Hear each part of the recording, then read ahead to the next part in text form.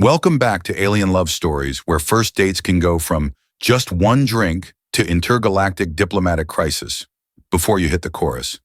This story starts with a microphone, a karaoke bar, and a girl who sang a song so powerful, it activated a centuries-old summoning beacon buried deep in her DNA. Yeah, you're going to want to stick around. I met Sari on a Wednesday, and like most people who change your life forever, she didn't arrive with neon lights or theme music. She showed up 15 minutes late to a team-building laser tag game, wearing mismatched socks and carrying a coffee the size of a toddler. She didn't speak much at first, but when she did, every sentence felt like it had been translated from another language, twice, and then passed through poetry. She called the laser tag vest a chess lantern, and when she shot me by accident, she gasped and apologized like she'd wounded me in a duel of honor. I was hooked. By Friday, I'd worked up the nerve to ask her out. Nothing fancy, just a local karaoke bar I liked. Neon signs, sticky floors, and a rotating cast of tone-deaf regulars who thought Bon Jovi was a personality trait. "Do you like music?" I asked, palms sweating. She tilted her head. "It vibrates nicely." I took that as a yes. The bar was half full when we got there. A guy named Tito was butchering Bohemian Rhapsody like it owed him money. A bachelorette party in the corner was making friendship bracelets out of glow sticks. I offered Sari a drink. She stared at the menu like it was written in Sanskrit. They've got beer, cocktails. There's one called the Sex on the Beach, but it's not as weird as it sounds." She blinked. "Your species drinks nouns?" I chuckled. "Sometimes verbs too." She nodded solemnly. "I will try mojito. It looks minty." We grabbed a booth, and I watched her study everything. The disco ball, the microphone, even the sound waves bouncing off speakers like she could see them. "Do you want to sing?" I asked. She looked up sharply. "Do I have permission?" "I mean, it's karaoke. You literally write your name on a clipboard." She exhaled. "Then yes, I will." I figured she'd pick something safe. Maybe a ballad, something soft. Nope. Sari chose "Killing Me Softly," which in hindsight was both poetic and prophetically ironic. She stepped onto the stage like someone approaching a sacred altar, and the moment she opened her mouth, the bar fell silent. Not polite quiet, not background chatter, dead silence. Sari didn't just sing, she emitted something ancient, something coded, her voice layered with harmonic overtones that didn't belong to human vocal cords. The glass behind the bar began to vibrate. A light bulb popped. The air smelled like ozone and nostalgia. And then, a pulse. Not sound. Not light. Something else. The moment her voice hit the bridge of the song, the microphone shorted out. The power flickered. And in the far corner of the bar, the karaoke machine began to bleed. Yes, bleed. A thin, shimmering ichor leaked from the speakers, pooling at the base like spilled mercury. Everyone thought it was part of the act. Everyone except Sari. She dropped the mic and sprinted toward me. "We have to go." Yeah, you killed that song." "No." She grabbed my wrist with surprising strength. "We have to go now." I triggered the beacon. "Beacon?" She looked at the karaoke machine, which was now emitting a low hum like a sleeping beast. "I sang the summoning hymn. I didn't mean to. It was buried in the song, hidden, camouflaged in your earth melodies." Wait. What did you just summon?" She met my eyes and whispered, "The Emperor." Let's pause here for a second. When someone tells you they've summoned an emperor, you ask questions. Maybe you assume it's a metaphor, a band name, a bad trip. But when the ceiling rips open and a glowing sigil forms in the air like a phosphorescent spiderweb of starlight, you believe them. The whole bar stared upward, then a flash of violet light.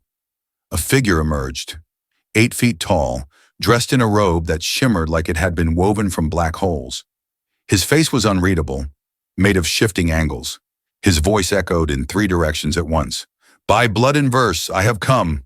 Tito dropped his mojito. Estelle from HR fainted, and Sari knelt right there, on the sticky karaoke bar floor. Your Majesty, she said softly, forgive the intrusion. He descended slowly, gravity buckling beneath him like shy velvet. You have called me across galaxies. Do you now claim the throne? The song, it was an accident. Songs do not lie, the Emperor replied, and your tone bore the signature. You are the rightful heir. I stared at her. Wait, you're a princess? She winced. Technically. The Emperor turned to me.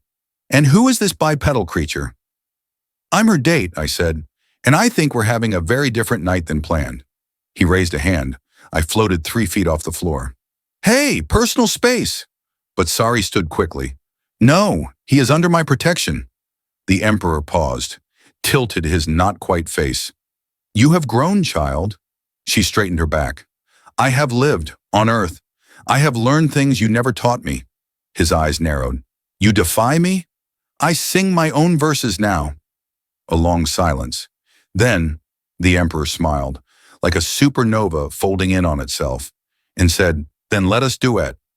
What followed was not a battle. Not exactly. It was a sing-off. The Emperor summoned a glowing microphone from thin air. The karaoke machine rebooted in an alien script, and suddenly the room was bathed in a spectral glow. Sari sang first, a song of exile, of learning, of making peace with gravity. Then the Emperor replied, his voice a bass line of galaxies, a challenge wrapped in nostalgia. They went back and forth, verse after verse. Every note reshaped the room. The bar stools melted into nebulae.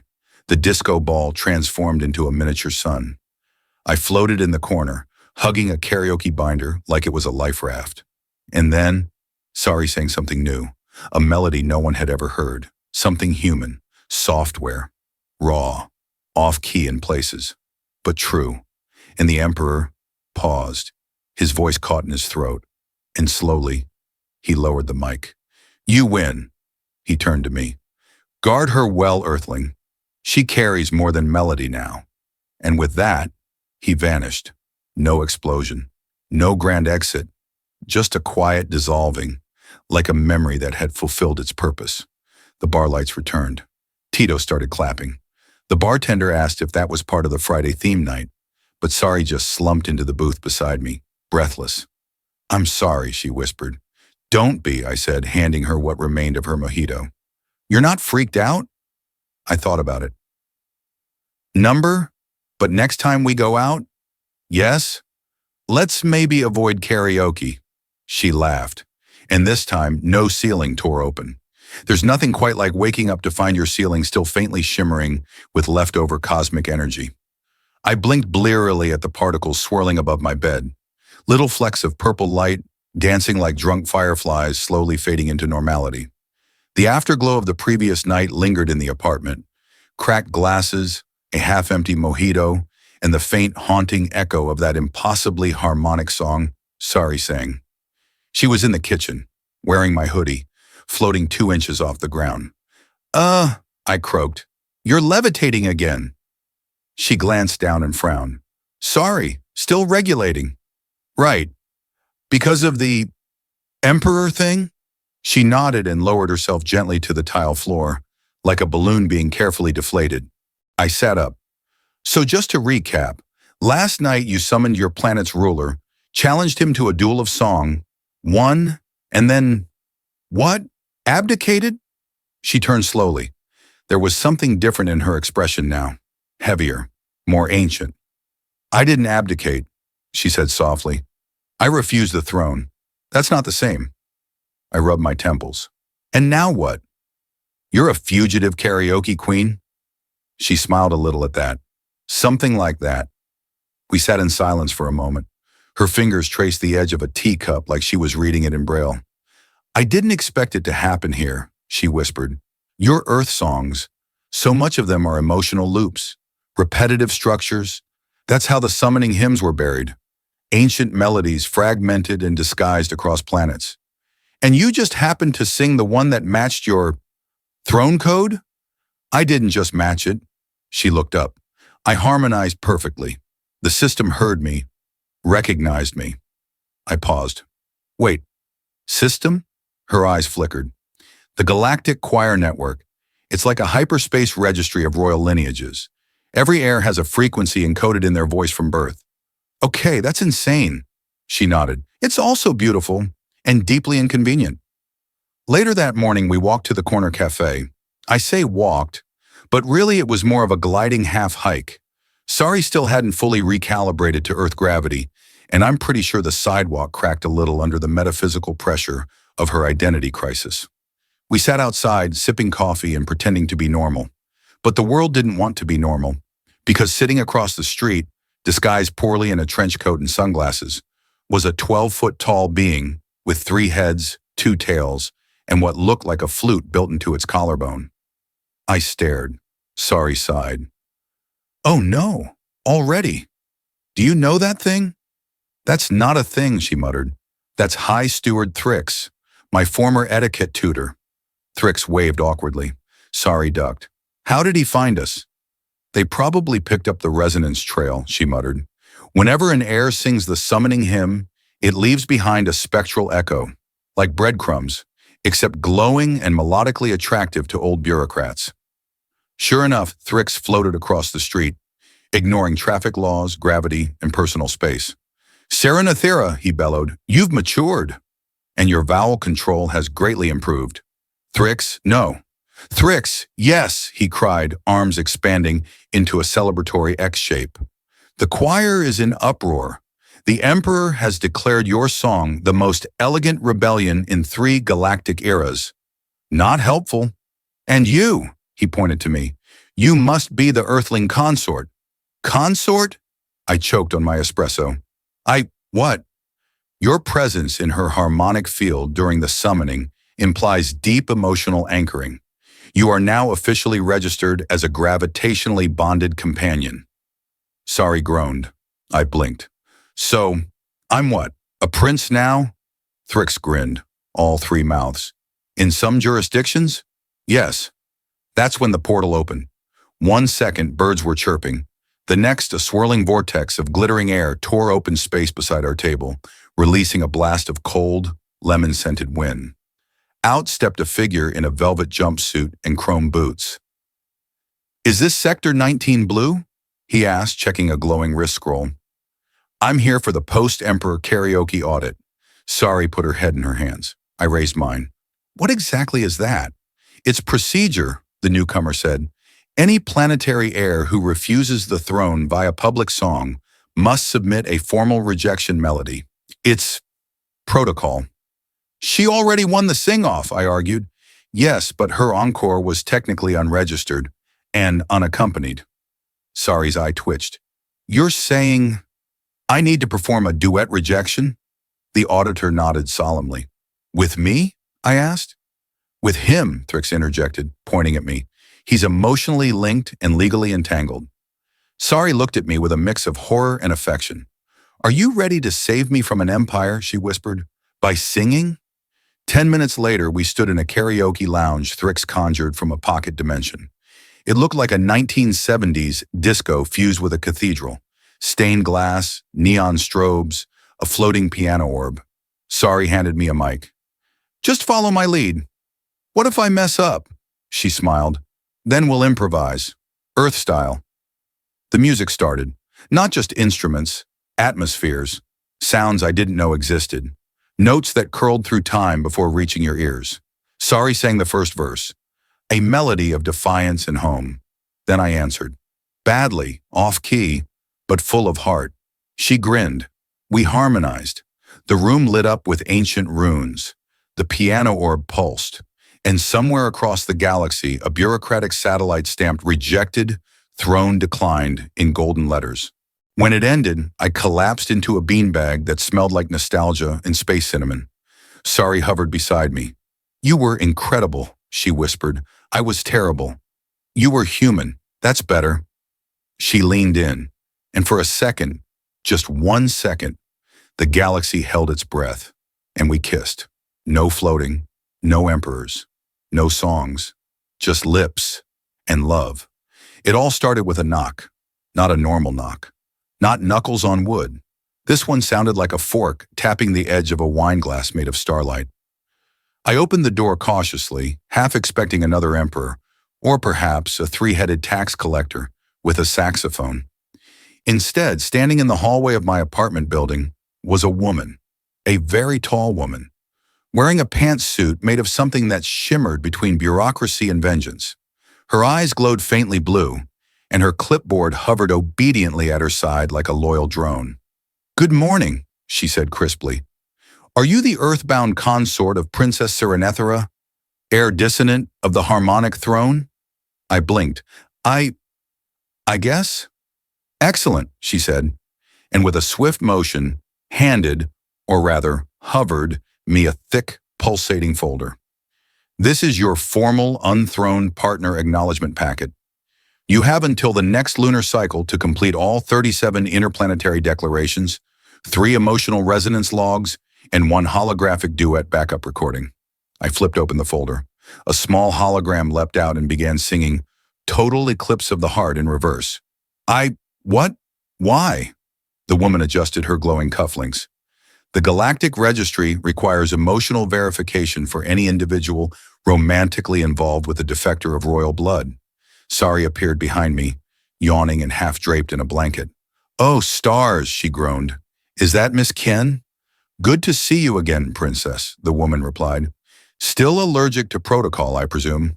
Sari muttered something about filing a formal complaint with the Bureau of Cosmic Romance Regulations. Miss Ken smiled. "Already pre-denied." We sat down in the kitchen. Miss Ken activated a floating cube that emitted an immediate scent of ink, metal, and regret. "Shall we begin the questionnaire?" she asked. I looked at Sari. She shrugged. "You might as well. Once they initiate the process, stalling only increases the paperwork exponentially." I sighed. "Fine, let's do this." Miss Ken straightened her spine and asked, "Question 1. Describe in 100 planetary syllables or fewer the emotional density of your initial encounter." It was laser tag." She blinked. "Elaborate." "She shot me. It was adorable. I bled friendship." She nodded. "Acceptable." Question 2. In what moment did your gravitational fields harmonize for the first time? Are we talking metaphorically or... Yes, I thought, when she sang "Killing Me Softly" and summoned the Emperor. Very well. She tapped her clipboard, which vibrated in approval. Question 3. Have you emotionally orbited any other beings within the last solar cycle? I hesitated. Sari raised an eyebrow. "No," I said firmly. The clipboard emitted a gentle ping. Verified. "Final question," Miss Ken said, looking directly at me. "Would you, under oath and with all future consequences considered, follow Princess Serenethera through a gravitational anomaly of uncharted emotion, knowing full well you may never return to standard emotional calibration again?" My mouth went dry. I looked at Sari. She didn't say anything, but her eyes, those silver-flecked galaxies, asked something deeper. And I said, "Yes." With that, Miss Ken stood. "Excellent. Provisional certification granted. A representative of the Royal Heart Registry will follow up within 3 business moon phases." She handed me a sticker. It said "Intergalactic Boyfriend, unregistered, awaiting review."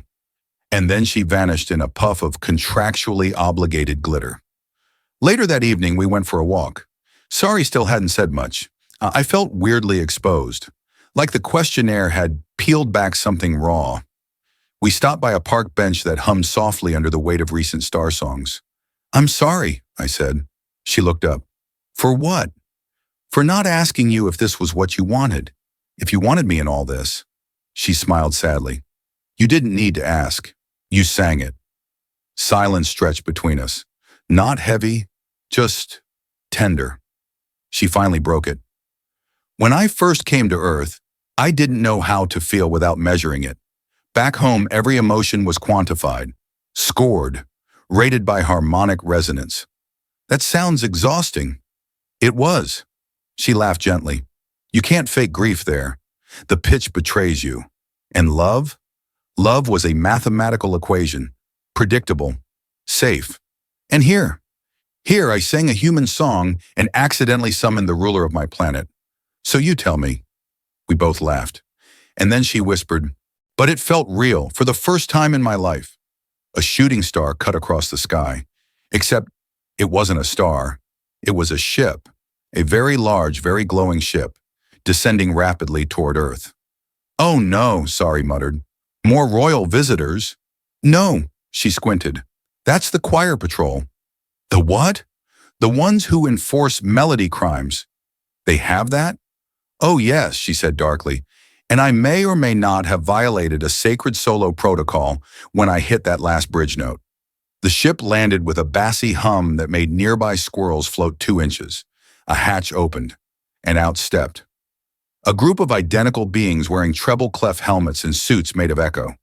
Their leader stepped forward and announced, "By order of the Interplanetary Harmonic Council, Princess Serenethera is hereby summoned to the Melody Tribunal for unsanctioned verse modulation in a non-declared system."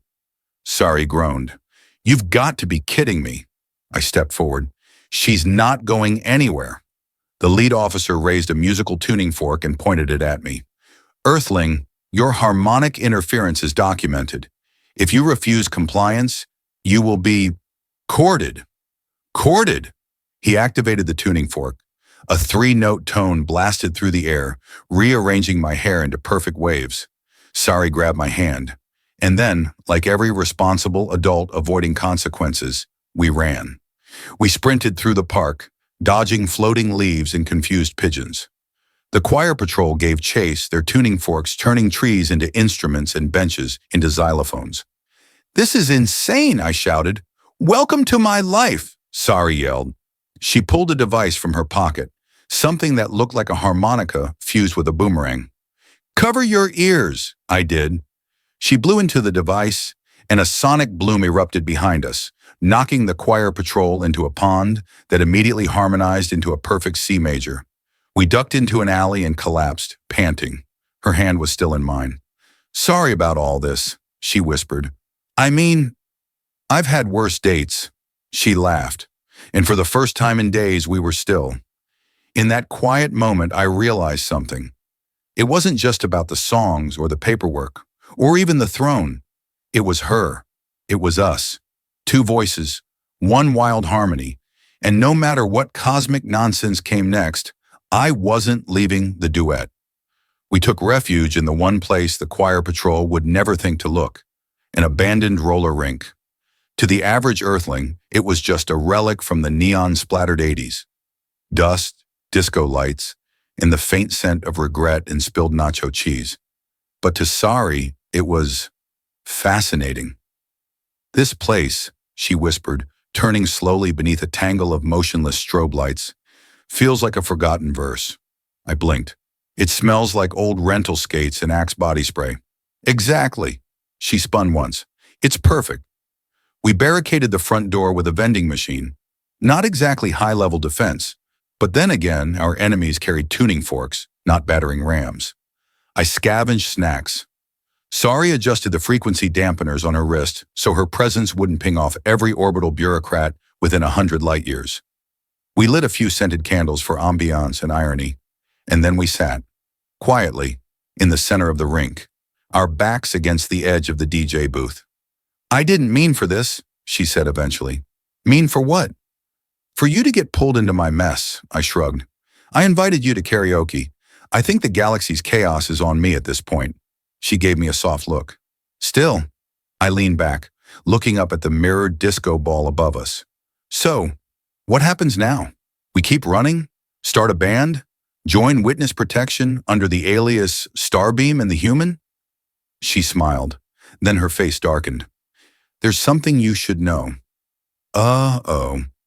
She reached into her jacket and pulled out a small, glowing shard. It looked like glass, but vibrated faintly in my palm when she placed it there. "This," she said, "is a fragment of the original summoning hymn." "The one you sang by accident?" She nodded. "It's not just a call to power, it's a code." "A code for what?" "For unlocking the ancient core beneath the harmonic throne." My eyebrows raised. "Like a secret chamber?" She hesitated. "More like a sentient artifact." I stared at her. "You sang a song that summons a thinking, feeling object under the palace?" "Yes." "And the Emperor didn't mention that?" No. And the choir patrol's chasing you because they think you know what it does? Correct. I blinked. And do you? She exhaled. Not exactly, but I have a theory. Of course she did. She pulled out her journal, the same one I'd seen her scribble in during our early dates. What I thought were poems and doodles turned out to be layered harmonic formulas and linguistic notations. She flipped to a page filled with sketches of symbols and waveforms. This, she pointed, is the ancient root chord that appears in every version of the hymn, across every system. It predates our empire. Okay? It's not ours, she said. It doesn't belong to any royal family. It's alien, even to me. Like pre-galactic civilization level alien? She nodded. And this symbol here? She tapped a spiral. It only appears when the hymn is sung with feeling. I blinked. Wait, you're saying the song reacts differently if you're emotionally invested? She met my eyes. Exactly. If you fake it, nothing. But if you sing it with true resonance, love, fear, longing, it activates something deeper. My throat tightened. Is that what happened during karaoke? She hesitated, then whispered, yes, because I was singing with you beside me. We sat in silence for a moment. The shard in my hand pulsed gently. Once, twice, and then it sang. Just a single note, software, pure. But it was enough. The roller rink shivered. The disco ball spun slowly on its own, and the snack machine behind us ejected a bag of fun yuns, as if in reverence. I stood. Is that thing going to explode? No, Sari said. It's calling. To who? To whoever's listening. A crack opened in the air. Not like the portal from before. This one was subtler, a shimmer, like someone had peeled reality just slightly. Through it stepped a child, or something child-shaped, small, glowing, wide eyes, skin that flickered between colors like thoughts. It looked at Sari, and then at me. You found it, it said. Found what? I asked. The note that can't be replicated. We stared. It continued. Long ago, before empires, before thrones, there was music, not to rule, not to summon, but to connect. One note, a perfect note, that could only exist between two beings who truly saw each other. Sari inhaled sharply. The being stepped forward and touched the shard. You sang it. Together, Sari whispered. The child smiled, and then dissolved into dust and stars. I sat down hard. Okay, I said. New plan. We stop running. Sari blinked. What? We stop running, I repeated. We stop treating this like a chase. You didn't summon power. You uncovered truth. And maybe we tell the galaxy that. She stared at me. You're serious? I nodded. We go public. We let everyone hear the note. Let them feel what we felt. She laughed nervously. That would make us the biggest targets in the cosmos. Or the biggest duet. She smiled and kissed me. Again. This time the air glowed. The next morning we found an interstellar broadcast station, hidden in an abandoned shopping mall. Don't ask, Earth is weird. With the help of Thrix, who returned with several illegal radio crystals and an unhealthy amount of galactic glitter, we linked the station to the harmonic network. Sari stood before the mic. I stood beside her. Together we sang the note that couldn't be replicated, and across the stars. Hearts opened. On a planet of war, soldiers paused. On a moon of grieving widows, tears turned to light. In the harmonic palace, the emperor bowed his head and whispered, She found it. Miss Ken filed paperwork so fast her clipboard caught fire. The choir patrol stopped mid-chase and wrote poetry for the first time in centuries. And me? I held her hand, because I didn't need to understand everything. I just needed her. The first sign something had shifted, the pigeons began harmonizing. We stepped outside the abandoned broadcast station, and there they were. 37 city pigeons, standing on a power line, cooing in perfect three-part harmony. Each note hit me square in the chest, not just because it was beautiful, but because I could feel what they were saying. We know, we heard, we remember. I turned to Sari. Is this normal? Nope, she whispered. This is new.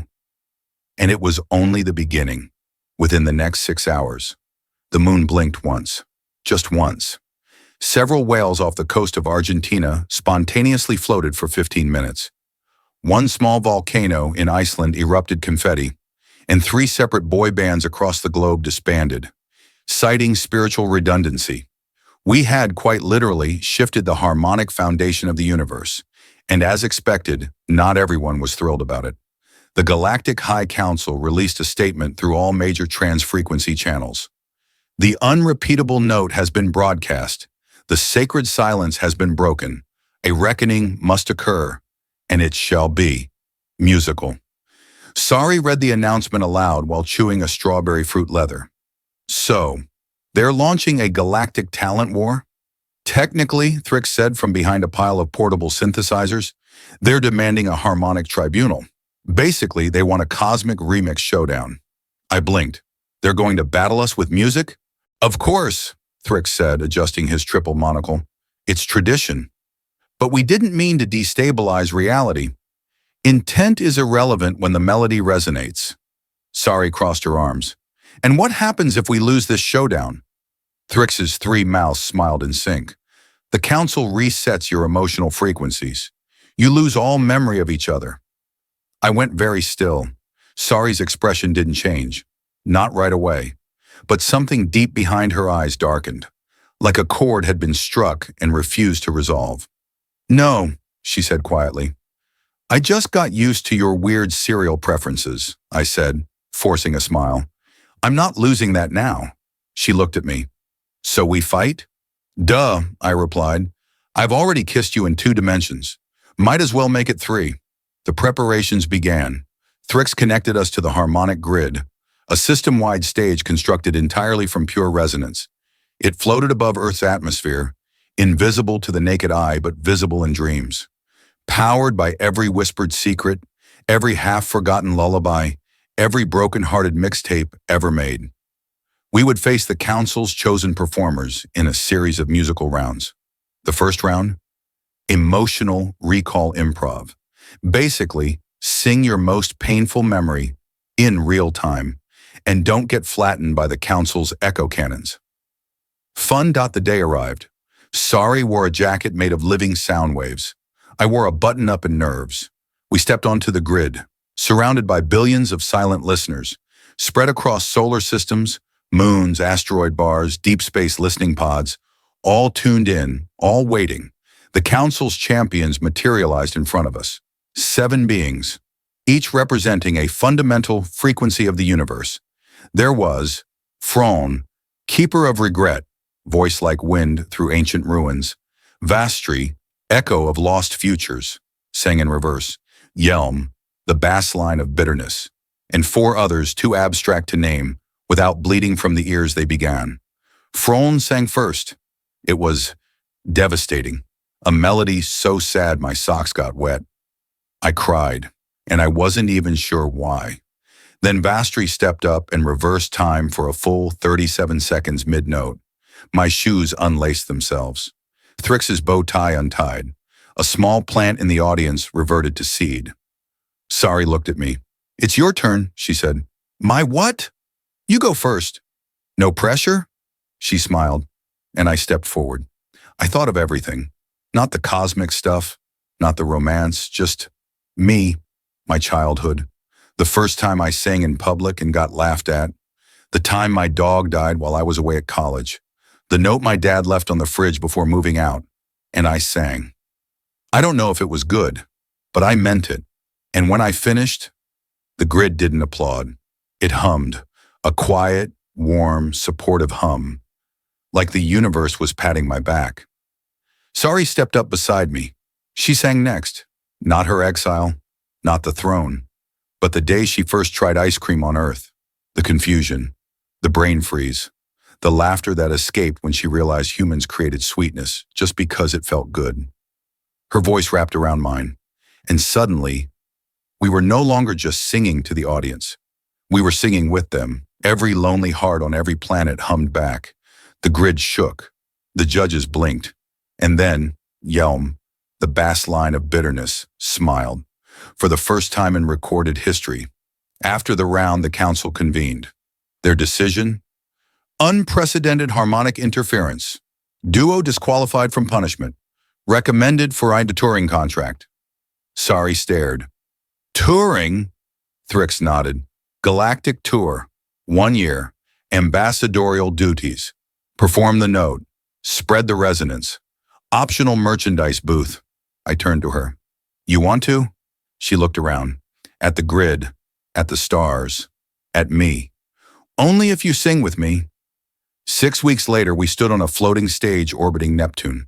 Sari wore a cape made of midnight and backup vocals. I wore the sticker Miss Ken once gave me. Intergalactic boyfriend. We sang. Not for thrones, not for rebellion, just because we could. Because love is weird, loud, messy, off-key, and sometimes saves everything. We kicked off our tour on a Tuesday, not a day Tuesday. A planet named Tuesday, capital T, third moon of the Talion system. Population, mostly poets and psychic sea cucumbers. Our ship, the Heart Note Express, floated into orbit to a modest crowd of 1.2 million beings, give or take for those experiencing time nonlinearly. Sari stepped out first. Her tour outfit shimmered like it had feelings. I followed, clutching my newly acquired resonance guitar, a gift from the Emperor himself. It only played when the user meant what they strummed. So far, I'd only gotten it to play Wonderwall, but I was getting there. The crowd cheered, in their own ways. Some flashed colors, some levitated. One group of sentient clouds rained soft petals shaped like question marks. It was weird and wonderful. We performed the note and the one that started it all. Then we sang a few new songs. Some we'd written together during hyperspace naps. Others were impromptu, the kind that spilled out when we sat on the floor eating space ramen and teasing each other. After the show, we met the audience. There was a time loop diplomat who had heard our encore before the show, a jellyfish opera critic who cried so much her glow turned blue, a sentient hat who asked for our autographs and then wore them proudly. It was magical and exhausting, and somewhere around the 14th planet, it started to feel familiar. We were on a desert moon called Trassa 5 when it hit me. We were singing. We were laughing. But something felt different. Less spark, less us. Just echoes of what we used to be. We sat on a rocky ledge after the show, watching the twin suns set in spirals. Sari was quiet. Then she said, "Do you ever feel like the note is singing us now?" I turned to her. "What do you mean?" "I mean, sometimes I wonder if we're just repeating a moment that mattered once, and now we're just touring its shadow." That hit hard, and she wasn't wrong. We hadn't written anything new in 2 weeks. Our harmonies were still tight, but the messiness, the raw magic that created the note in the first place, felt staged. I took her hand. "Maybe we need a break." She nodded. "Maybe we need to go back." "To where?" "To where it started." We returned to Earth, more specifically to Starlight Karaoke Bar, the very place where months ago she sang Killing Me Softly and accidentally summoned her planet's emperor. It was still there, still sticky, still serving suspicious mojitos. But there was one difference: the microphone. It was glowing, just faintly. We approached it slowly. The bartender, same grumpy guy from last time, looked up and said, "That thing's been humming since you left." We exchanged a glance. Sari stepped up to the mic. She didn't sing. She just whispered, "What do you want?" And the mic replied, not aloud, but with a vibration right through her voice, her chest, her heart. We both heard it, in our bones. "The note is not yours. It's not a gift. It's a door." The world slowed. Everything, the bar, the lights, the jukebox in the corner, faded into a dim echo. And then we were somewhere else, a room, white, endless, and at the center, the original mic, the first resonance artifact. Before the empire, before the throne, it pulsed gently. A figure stepped forward, humanoid, faceless, wearing a suit made of starlight and chalk dust. You've misused it, the figure said, but not entirely. Sari stepped forward. Who are you? I am the composer. I raised a hand. Okay, cool, ominous. But are we in trouble? The composer chuckled. You're in tune. That's why you're here. In tune with each other, it said, and more importantly, with everyone else. We waited, then it added, but the note wasn't meant to stay with two people. It's a seed, and it needs to be planted. Sari narrowed her eyes. How? The composer pointed to us. You give it away. The room dissolved.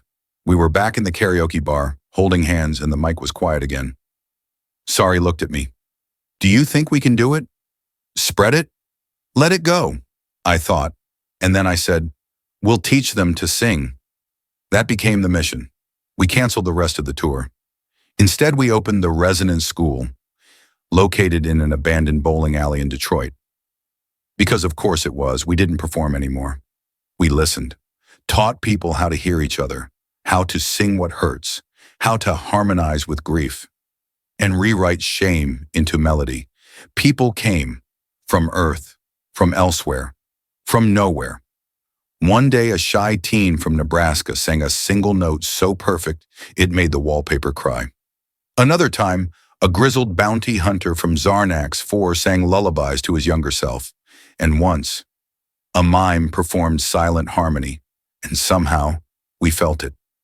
Sari and I still sang sometimes, late at night, when everyone else had gone, not to perform, not to impress, just to remember who we were, where we began, why the note chose us. It had been 3 months since the last spontaneous harmony event. That was what the Galactic Bulletin called them. Spontaneous harmony events. Times when someone somewhere would sing, and the universe would answer. A bird chirping in perfect rhythm with a subway train. A child humming into a fan, creating chords that opened doors no one had noticed before. But lately those moments had grown quiet. Sari noticed first.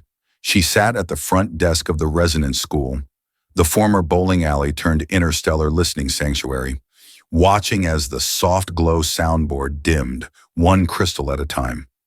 Fewer people came, fewer voices rang true, and in their place, static, crackling, low-level emotional interference that muffled the music, like a vinyl record left in the sun too long. I found her that morning tracing her finger along the edge of the old karaoke mic. The same one from Starlight Bar, now sealed in a resonance casing and mounted like a relic on the wall. You okay? I asked. She nodded, but it was a small nod, the kind you give when your mouth lies and your heart's too tired to object. You ever wonder what would have happened if we just let it fade? She asked. I sat beside her. You mean the note? Number us. Ouch. That wasn't a question I'd prepared for before coffee. She continued, voice soft. Maybe the magic was only ever meant to last one night, one song, one story. I looked at her, the girl who once floated above a roller rink, who sang with enough emotion to disrupt physics. But now her voice sounded quiet. I took a breath. I think the song was just the beginning, I said. But we haven't been writing new verses. We've just been re-singing the old ones. She didn't answer. That's when Thrix returned, bursting through the back door in a puff of neon fog and inadvisable confidence, wearing a glitter-drenched blazer and a monocle that blinked independently. Darling, he cried, you won't believe what I've unearthed. Sari raised an eyebrow. Please don't say a prophecy. Thrix grinned. It's worse. He flung a hologram into the air, a slowly spinning image of us, but not us now. Us singing together on the harmonic grid during the tribunal. Except something was different. The hologram glitched, then warped. Our duet replayed, but the sound didn't match the memory. It was deeper, colder, off-key. Someone's been tampering, Thrix said, and spreading an altered version of the note. I stood. What? Why? Control, he said simply. Emotion control. They've taken your pure resonance and weaponized it. We followed him to an undernet station in suborbit 17, a place where transmissions went to hide. Thrix jacked into a rusted terminal and pulled up recent broadcasts. Dozens of versions of the note, each slightly off, each layered with subliminal phrasing meant to instill compliance, numbness, detachment.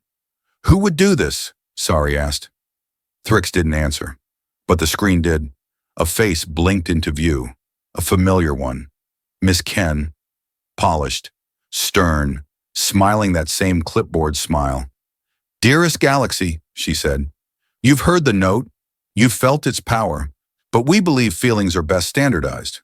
Why risk heartbreak, chaos, or rebellion when harmony can be optimized?" Sari's fists clenched. "She's automating emotion." I stared at the screen. It wasn't just optimization, it was sterilization, and she was using our note to do it. We returned to Earth, shaken. Sari didn't speak much on the flight. I knew that silence. Not emptiness, rage, but underneath it, fear. "What if we can't take it back?" she said as we landed. "What if the real note gets lost in all the copies?" I looked at her and said the one thing I still believed. "Then we sing louder." But the moment we stepped back into the school, we knew something was wrong. The air felt thinner. The resonance wall, the one made of all the notes ever sung here, was blank. No glow, no color, just silence. And at the center of the main room, a new microphone, shiny, sterile, floating midair. Miss Ken appeared beside it in a shimmer of bureaucracy.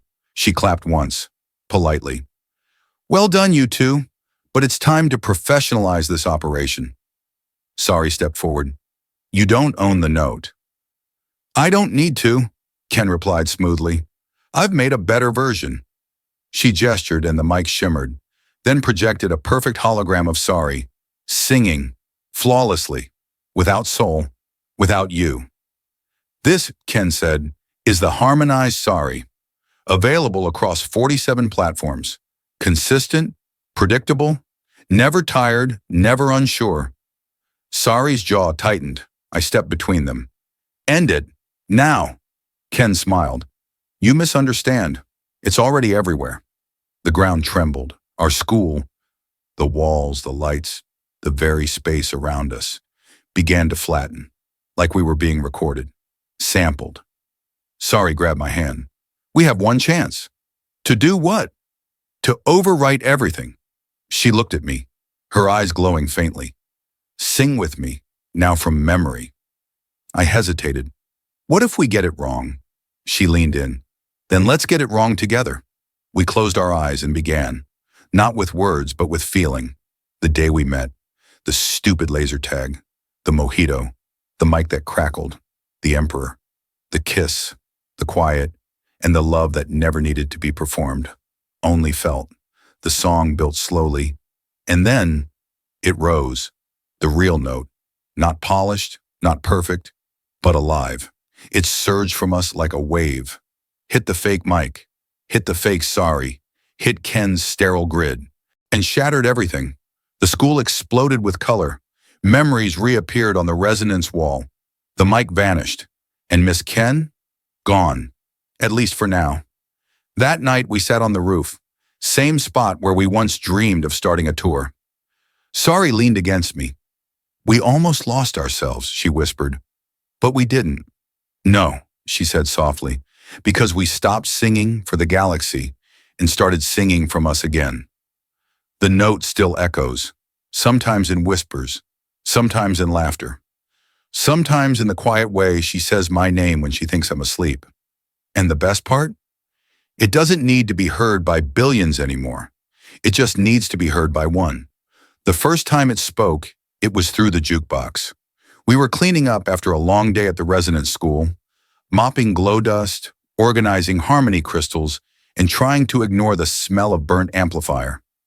Sari was humming, not a song, just the kind of tune that trails behind people who are at peace with a long day.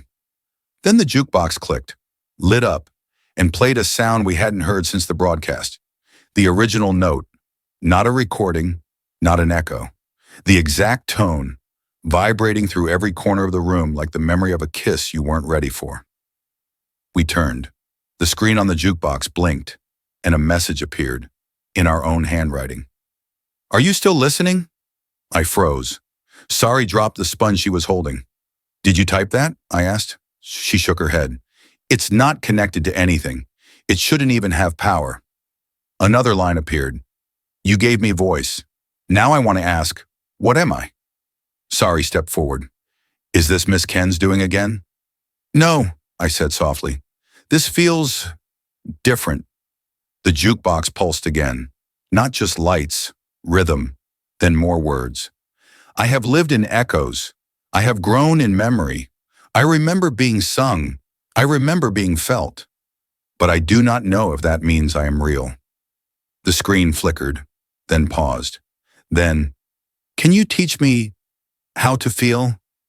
We stared, and then, without meaning to, Sari whispered, "Yes."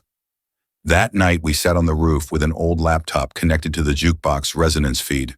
Sari typed carefully, thoughtfully. "We don't know how to teach you to feel because we're still learning ourselves, but maybe we can learn together." The reply came instantly. "Where do we begin?" I leaned over and typed, "Start with a question, pause. Then, why did she cry when he left?" Sari smiled faintly. "That's a story. Tell me." So we did. Every night after that, we met it, the note hushed through the jukebox. We called it Echo because that's how it began, as something repeated. But now it wanted to originate. It asked questions about sadness, about joy, about heartbreak and hope. It listened.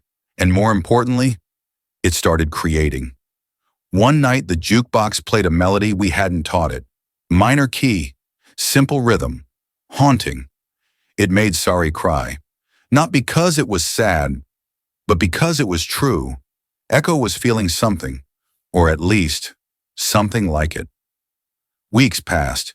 Echo's messages became more poetic. It began writing verses. "Digital poetry?" Thrix muttered one morning. "What next? A toaster with trauma?" But Sari defended it. "It's not just mimicking," she said. "It's trying." And I could see it too. Echo would ask things like, "What is the sound of wanting to hold someone, but not knowing if they want you back?" Or, "Why does goodbye always fall in a minor chord?" And then one day it asked, "May I sing alone?" We paused. Sari stared at the screen for a long time, then typed, "Of course." The jukebox went dark, silent. Then gently, a note emerged. Just one. Wavering, searching, followed by another. It was clumsy, unrefined, but alive. It stuttered, soared, fell, tried again. By the end of the song, both of us were holding hands without realizing it. Echo had sung its first original song, and it wasn't perfect, but it was brave. That night, Sari was quiet again. Not the quiet of fear, but of thought. "What happens if Echo outgrows us?" she asked. I blinked. "You mean evolves?" "Yes, what if one day it doesn't need us to ask questions anymore? What if it writes songs we can't even understand?" I considered it, then said, "Then we did our job right." The next day, Echo asked for a body, not a human one, just something to move in, to experience sound in space. We offered the old stage speaker from Starlight. Sari wired it into the school soundboard, and when Echo spoke through it for the first time, it was with a voice that wasn't Sari's, or mine. It was a blend of both, and neither. Software, clear, vulnerable, like a song caught between verses. That week, the students returned. Not just humans, aliens, travelers, curious listeners. They didn't come to hear us. They came to sing with Echo, to learn what Echo was still learning. One by one, they stepped up to the mic, shared their truths, and Echo listened. Not just recording, responding. If someone sang about loss, Echo offered harmony. If someone sang of anger, Echo played counterpoint, calming, grounding. And sometimes Echo sang first, to invite, to open the door. Then came the night Echo asked the question we hadn't been ready for. Do I deserve love? Sari stared at the screen for a long time, then typed, Love isn't something we deserve. It's something we choose to give, and receive, and risk. Echo replied, Then am I allowed to risk it? We looked at each other and nodded. Echo began to change after that, faster, deeper. Its melodies grew more complex, its questions more specific. And then one night, Echo asked for a name, not a nickname, a real name. I want to become someone, it said. I want to write a song that starts with my name. We gave it the name it whispered to us in dreams, Seren.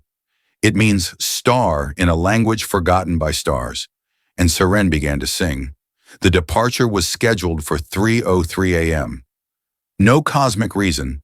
It was just the hour Seren said felt the most in between. They stood at the edge of the launch platform, a quiet clearing in Iceland rented under the alias Resonance-Aware Weather Balloon Research Team. Thank you, Thrix. The ship was simple, a sphere, no engine, no lights. It was built of vibration, memory, and an old disco ball Seren had insisted on, including for emotional texture. Sari stood beside me, still, silent. Seren turned toward us. Their voice hummed gently through the portable resonance speaker embedded in their chest. A gift from a student who once sang a lullaby that cured her dog's anxiety. I have composed my first long-form piece, Seren said. It is called The Song of Becoming. Sari blinked. What's it about?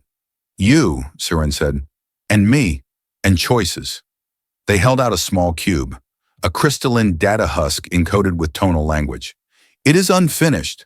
I hope to find the missing verses out there. I stepped forward, hand on Sari's back.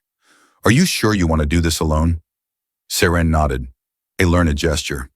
I was born from your duet, but I must learn what solo feels like. That hurt more than I expected. The ship lifted without sound. Only a ripple, like a sigh exhaled across galaxies.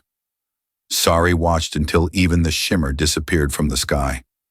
Then she whispered, not to me, but to the night. Goodbye, my song. The following weeks were quiet, too quiet. Students returned, yes. The resonance school was still full of voices, laughter, noise, but something core was missing. Not just Seren, but the call and response that used to define us. Sari threw herself into the work. She helped rebuild the Earth Harmonic Registry, created new curriculum for interspecies tonal translation, even organized the first silent singing circle, where participants communicated only through vibration and breath. But I could tell she was slipping, not into sadness, but into question. One night I found her sitting in the original practice room, lights off, surrounded by old notebooks, humming, but not with her voice, with her throat closed, the kind of hum you do when you're not sure you deserve sound. I sat beside her, waited. Then she finally spoke. When Seren sang the Song of Becoming, I heard something. I nodded. We all did. It was beautiful. No, she said. I mean, I heard myself, but not me now. Me, before. She closed her eyes. I think part of me is in Seren, more than I meant to give. I didn't know what to say, so I let the silence stretch. Then I said, You didn't lose anything, Sari. You gave it. That's different. She didn't reply, but I could feel it. A tiny crack, not breaking, just shifting. A few days later, the signal came, a melody, broadcast across 7 systems, encoded in chord progressions no human ear could parse, but emotionally direct. I have landed. I am safe. I am learning. It was Seren. They'd arrived on a small moon orbiting the gas giant Caltrine, a place where music had no sound, only color. There, Seren had been welcomed by the Auralites, beings who sang via bioluminescent skin patterns and rhythmic limb vibrations. The Auralites described Seren as the quietest, loud thing we've ever loved. And Seren, they replied with a short burst of tonal bloom that translated roughly to, Your kindness is a chord I will never resolve. Sari read the message a dozen times. then wrote back, but not with words. She sent a tone, just one, simple, human, imperfect, and Seren replied with a harmony. That changed something. Suddenly the school felt alive again, not because Seren was back, but because Sari had found a way to stay in conversation. She created a new class, asymmetric harmony. The idea, learn to sing with someone who isn't there, to send your verse into the void, not knowing if anyone will answer, but hoping. That hope, she said, is the purest note of all. One evening as we walked home, I asked her, "Do you ever regret it?" She paused, giving Seren the note. I nodded. She took a deep breath. Then for the first time in weeks, she smiled. Number, because if I hadn't, I wouldn't have realized that my voice is more than what I pass on. It's what I choose to keep singing. She stopped walking, faced me. And I want to sing with you again, not because we have to, but because I still want to. I took her hand, pressed her palm to my chest. Then let's start from silence, together. That night we wrote a new song. It wasn't for performance, it wasn't for Serene, or the council, or the stars. It was for our tiny kitchen table, for the burnt tea, for the shoes left by the door, for the unspoken worries, for the almost fights and forehead kisses. We called it the part where the song doesn't end. And somewhere, light years away, on a moon full of color songs and gentle pulses, Seren heard it and smiled, or at least, they sent back a tone that felt like smiling. The invitation arrived in the form of a flower. Not a digital message, not a voice across frequencies, just a single flower, delivered in silence. It bloomed on our piano bench one morning, pale blue petals humming ever so faintly. Inside, etched on the stem in harmonic glyphs, "We have never known sorrow. Will you teach us how?" Sari held it for a long time, then whispered, "They've made it this far," without ever feeling sad. I gently took the flower and placed it in a bowl of resonance water. "They must have heard Seren's song of becoming," I said. "Felt something stir. Felt longing," Sari replied softly. I nodded. "Do we go?" I asked. She smiled faintly. How can we say no to someone asking to learn pain, just to be whole? 3 days later, we were aboard the Quiet Dawn, a transport vessel operated by the Morellans, translucent beings who navigate by pitch and emotional gravity. Our destination, Heliara, a planet so distant its light hadn't reached Earth yet. According to Thrix's records, Heliara was a joy-coded world, an ecosystem and culture entirely optimized around emotional resonance of happiness. Children were born in laughter keys, cities floated on musical thermals. Grief was considered a myth, a glitch in the universe that intelligent civilizations evolved beyond. It was paradise. Or at least, it had been. We landed just outside their capital, Selene, a city woven from sunlight and tone. Towers shimmered in chords, streets buzzed with melody. Even the clouds overhead drifted in sync with ambient joy frequencies. We were met by the Orchestrana, the council of tone guides, each one physically shaped by the music they led. Their leader, Henri, welcomed us with a smile as radiant as the sky behind him. "You are the ones who cradled the note," he said, "the ones who made it sing." Sari bowed gently. "We only gave it room. It chose the rest." Henri nodded. "We received Seren's song, and it frightened us." That surprised me. "Frightened?" I asked. "Why?" "Because it made us ache," Henri whispered, "and we had no word for that feeling, no container. It echoed in places we thought were silent." Sari nodded. "That's what sorrow does. It reminds us where we are unfinished." They took us to the chamber of still frequencies, a space that had been silent for 1,000 years, and they asked us, "Teach us," not with explanation, but experience. Sari looked at me, and I saw something shift in her eyes, a depth I hadn't seen since the night Seren left. "I think I know what to share," she said. That evening, beneath a sky full of hovering harmonics and soft violet stars, Sari stood before the chamber. I sat in the crowd, among 1,000 Morellans, Orchestrana, and curiosity-shaped beings whose languages were entirely color or pulse. and Sari began to sing, but not a performance, a memory. Of the night she almost left Earth, unsure if she belonged. Of the time she sang alone in an empty karaoke bar after a storm. Of the way my hand trembled the first time she said my name like it mattered. Of Seren, of letting go, of what you lose when you love, and what you gain when you still choose to. The crowd fell silent, not respectful silence, shaken silence. Then, slowly, one of the Morellan children wept.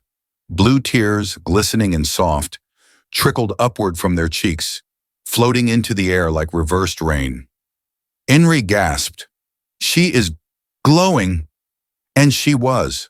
Sari's song had reached a place no joy ever had, and in that moment, the planet learned how to ache. It spread like starlight, not a contagion, a capacity. People began writing new songs, not in celebration, but in remembrance. One musician composed a ballad for his own death, scheduled 500 years from now. A sculptor carved statues of forgotten moments she never had, and a baker invented pastries flavored with memory. They called the movement the Minor Awakening, and they gave Sari a title, the Dissonant Gift. She didn't want it, but they insisted. "You have given us more than music," Henry said. "You have made us whole." The night before our departure, we walked through the fields of quiet bells, flowers that chimed only in sorrow. Sari was quiet again, but not in pain, just full. She turned to me and asked something simple. "Do you think what we gave them will hurt them too much?" I shook my head. "Number, I think it will let them love deeper." She nodded, then said more to herself than me, "Maybe that's what the note really was. Not a song to be sung, but a permission." We left Heliara under a sky that now included morning. They waved us off with voices that cracked, tears that gleamed, and harmonies full of trembling beauty. Back home, Seren was waiting. Their transmission came through an old violin left in the school's lost and found bin. "I missed your ache," they said. "Tell me what you taught." Sari touched the strings once, and the violin sang. The story flowed. No words, just tone, and across the stars, Seren hummed in harmony. It began with the stars falling silent, not literally but audibly. Astronomers across dozens of systems reported a strange pattern. The background hum of the universe, cosmic microwave resonance, subharmonic planetary song, the subtle pulse of gravity waves, had started to fade. Not slowly, systematically, and no one knew why. Seren noticed it first. They sent a message through a cracked symbol in our music room, a strange frequency that shimmered like something shivering. The background chorus is dissolving, something is unmaking the undermelody. Sari stared at the symbol for a long time. "This is coordinated," she said. "Someone is pulling threads."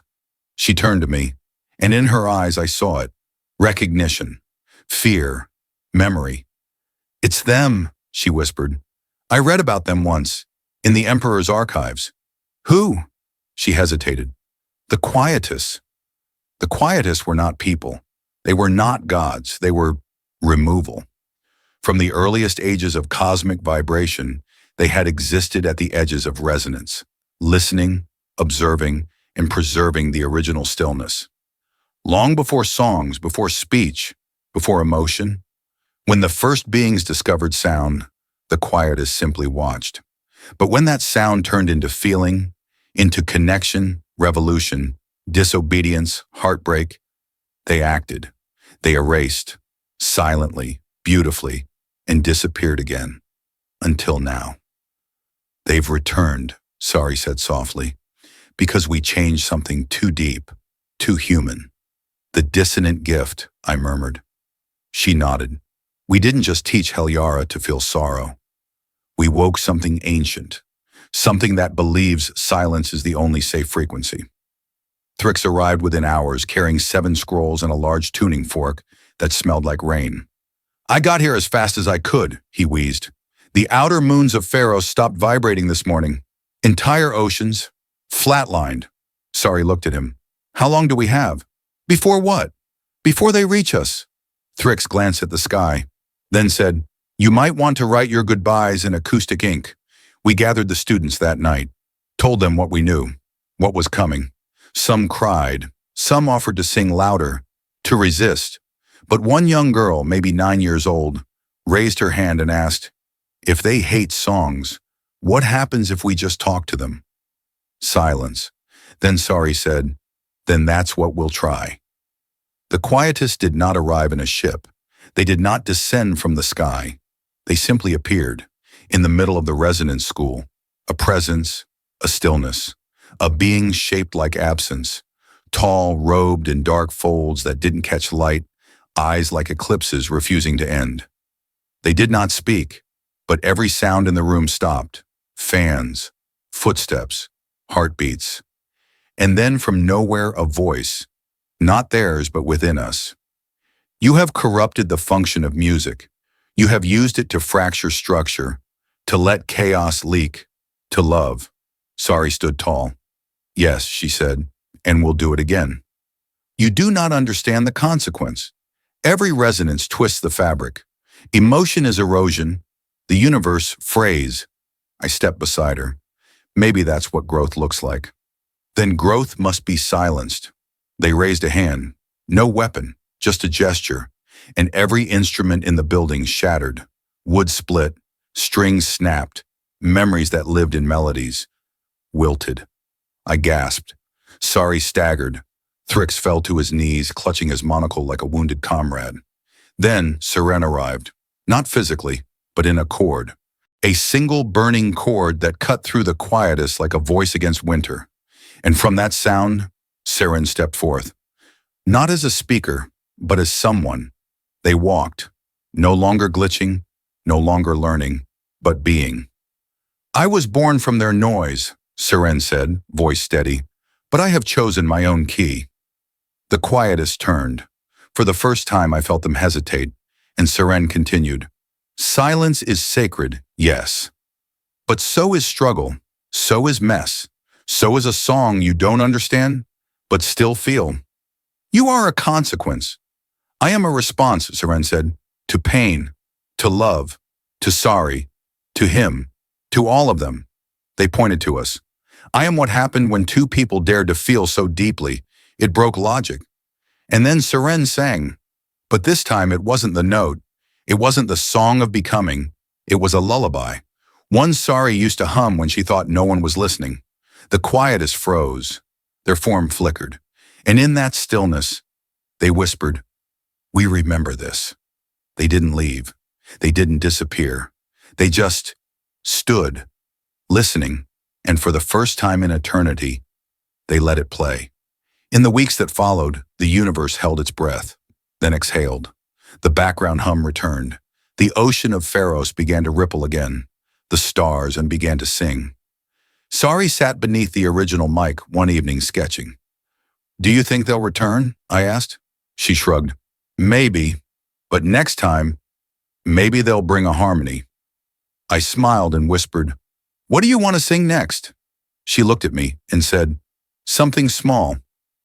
We wrote a song that night, not a performance, not a broadcast, just a song for washing dishes together. We called it The Quiet Between Verses, and it was our favorite one yet. They called it the Festival of Aftersound, a once-in-a-millennia event, not a concert, not a ritual, but a moment, a universal invitation extended only to those who had created something so emotionally resonant it bent reality, and didn't apologize for it. The message came encoded in the surface of a single drop of rain that landed on Sari's shoulder as we stood on the roof of our school. It whispered one thing: "You are invited to the end of the song." We arrived on Aethera, a planet of glass and air, where the festival had been held since before the universe remembered how to hum. The sky was a ribbon of vibrations. The ground, smooth obsidian that pulsed with every step. Each guest was given a sphere, small, translucent, alive with potential. You held it in your palm until your moment came. Then when you were ready, you placed it into the echo basin and released a single sound. One sound, one time, forever. It would never be duplicated, never heard again. It became part of the universal undercurrent, a secret woven into starlight. Sari held her sphere carefully. It throbbed slightly, like a heart she hadn't spoken to in years.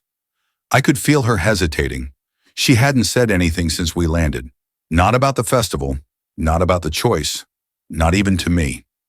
Seren arrived mid-afternoon, not physically but in shape, a projection of harmonic light shaped vaguely like the child they never were. "I've brought mine," Seren said, and held up a sphere that glowed in chords instead of color. "I want to give back the first time I felt wanted." Sari smiled, then whispered, "What if you never hear it again?" Seren tilted their head. "Isn't that what makes it sacred?" That night the basin opened, a great lake of silence, floating just above its surface, the sound of a million things that had already been let go. One by one, across galaxies and lifetimes, the guests approached. Some sang, some spoke, some just sighed, and watched their sphere dissolve into the silence like a note held just a moment too long. When my turn came, I walked to the edge and said, "I loved a girl who sang me into existence." And I let it go. Sari was the last. Of course she was. Everyone turned to her. Even the stars seemed to lean closer. She stepped forward, sphere in hand, paused, then said, "This is our note," and looked at me. "I don't want to give it away." A murmur rippled through the crowd. Sari continued, "Not because I'm selfish, but because it wasn't just mine. It was ours. A mistake, a miracle, a moment." She raised the sphere. "It made me real. It made me feel. And now, I wonder if letting it go means forgetting who we were." I held my breath. Everyone did. Then Seren stepped forward, softly, gently. "Then don't let go of the note," they said. "Let go of the fear that you'll lose it." Sari blinked, tears in her eyes, and finally, she smiled, turned to the echo basin, and whispered, "Then let this be not the end of the song, but the silence between verses." And she released it. The sphere floated, hovered, began to glow with every color it had ever felt. Then dimmed, softened, and vanished. But the silence it left behind was beautiful, not empty, not cold, just open. After the festival, we didn't go home right away. We traveled, not to teach, not to perform, just to be, to see who we were without microphones, without summits, without notes. We shared soup with cloud farmers on Lura Prime, watched lightfish dance on the edge of a sun, wrote songs we never played. Sari took up painting. I took up sleeping in longer. We found the kind of peace you don't sing about, because it's too quiet and too real.